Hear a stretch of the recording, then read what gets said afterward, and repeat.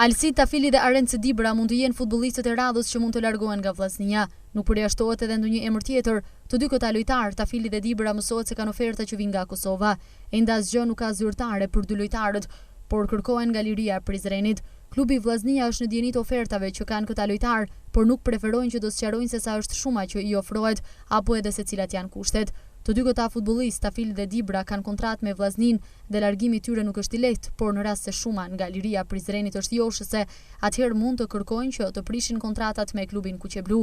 Natyrisht, se në rast se dy lojtarët largohen nga Shkodra, atëherë sërish do të ketë dhimbje koke për stafin teknik, më në krye trajnerin Armando Cungu.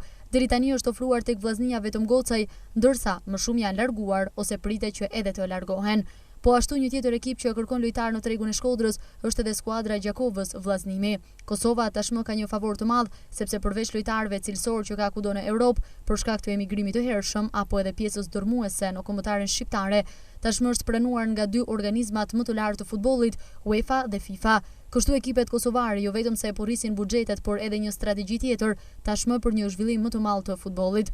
Futbollistët shkodran, Tafili dhe Dibra janë të preferuarit e parë, ndërsa mund të vinë edhe oferta të tjera. Duke parë këtë situatë shqetësuese është se si do të ndërtohet Vllaznia sezonit të ardhshëm, duke qenë se tekniku Cungu ka të qartë kushtin e tij, do një ekip që të mos diskutojë mbijetesën.